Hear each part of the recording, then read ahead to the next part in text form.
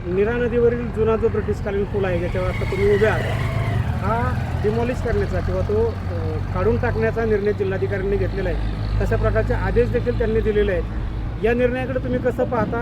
निरेकरांसाठी त्याचा काय उपयोग आहे आणि तो पाडला तर काय अडचणी निर्माण होतील, काय सांगतात? सर्वप्रथम आज वृत्तपत्रामध्ये बातमी वाचली. बातमी वाचून प्रचंड मोठा शॉक बसला. कारण ती कल्पनाही करू शकत नाही की नीरा नदीवरचा छोटा पूल जो आम्ही दत्त घाटावर जातो, जो आम्ही दशक्रिय विधीला जातो, जो पालखीच्या मार्गांपैकी एक प्रमुख मार्ग आहे, हा डिमॉलिश करणे ही जो आज निर्णय घेतला, त्या निर्णयाला एक प्रातिनिधिक स्वरूपात पंचकृषीच्या वतीने आम्ही काही मोजकी मंडळी या ठिकाणी आलोय. भविष्यामध्ये त्यासाठी तीव्र आंदोलन किंवा उग्र आंदोलन निश्चितपणे करण्यात येईल. परंतु हेच सांगत असताना त्याचबरोबर हे पाडायचं ज्यावेळेस ठरलं त्यावेळी त्यांनी निश्चित स्ट्रक्चर ऑडिट केलं असणार आहे. म्हणजे कुठलं तरी एक सायंटिफिक आधार त्यासाठी धरला गेलेला असणार आहे. परंतु आमचे प्रामाणिक म्हणणं असं आहे की तुम्ही पूल पाडण्याचा जो निर्णय घेतला तो निर्णय कदाचित तुमचा बरोबर असू शकतो. कुणी घेतला, नॅशनल हायवे ऑथॉरिटी ऑफ इंडियाने घेतला, जिल्हाधिकाऱ्यांनी घेतला, विश्वस्तांचं काय म्हणणं आहे त्याबद्दल ते आम्हाला काय म्हणायचं नाहीये. त्याबद्दल फक्त आम्हाला एकच सांगायचंय की इथून पाठीमागे तुम्हाला जो पूल दिसतोय रेल्वेचा, तो रेल्वेचा पूल 125 वर्षाचा आहे.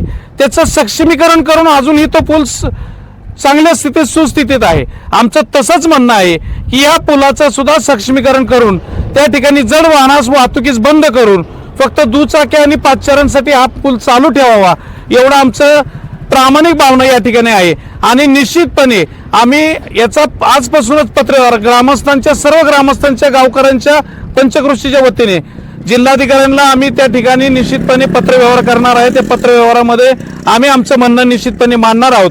आमचं म्हणणं एवढंच आहे की प्रशासनाने त्याबरोबर गावकऱ्यांशी हितगुज साधून त्यावर अंतिम निर्णय घ्यावा.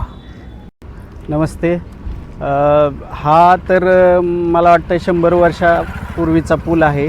125 वर्षापूर्वीचे पूल जर वाहतुकी योग्य असतील तर हा 100 वर्षापूर्वीच्या पुलाला काय अडचण आहे. आणि जर अडचण असेल तर स्ट्रक्चरल ऑडिट करून त्याची काय दुरुस्ती असेल तर ती करावी.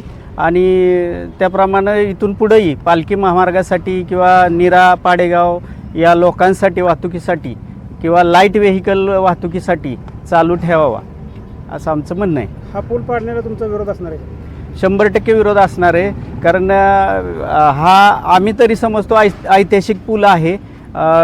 साधारण 100 वर्ष म्हणजे खूप झाले, 2 पिढ्या गेल्यात आमच्या इथं.